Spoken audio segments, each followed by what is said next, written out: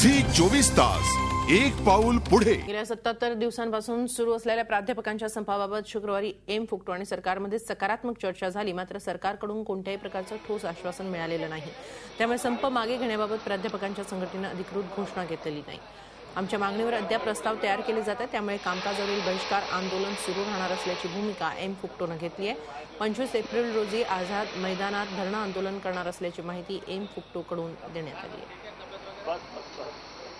आम्ही प्रस्तावावर चर्चा केली आणि याच्यामधनं ठोस काहीच नाही आहे।